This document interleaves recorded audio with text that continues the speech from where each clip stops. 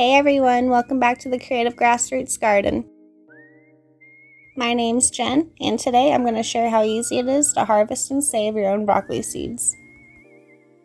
The broccoli plant produces beautiful yellow flowers. The yellow flowers attract bumblebees, which help pollinate the garden. The broccoli heads will first bolt and turn to flowers. The lovely flowers will then begin turning into a green pod. Once those green pods dry out, the seeds inside are ready to be harvested.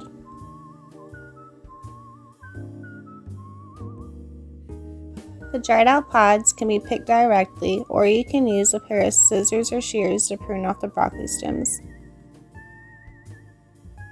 A few pods go a long way, so I won't be harvesting a whole lot.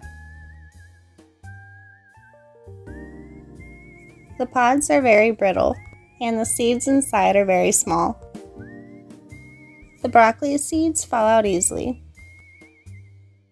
Once my seeds are harvested, they will then be placed into a small plastic bag or envelope. From there, the seeds will then be placed into a cool, dry spot. And it's just that easy to save seeds and money. I'll be planting these seeds next season, so keep your eye out for my future video on how to sow broccoli.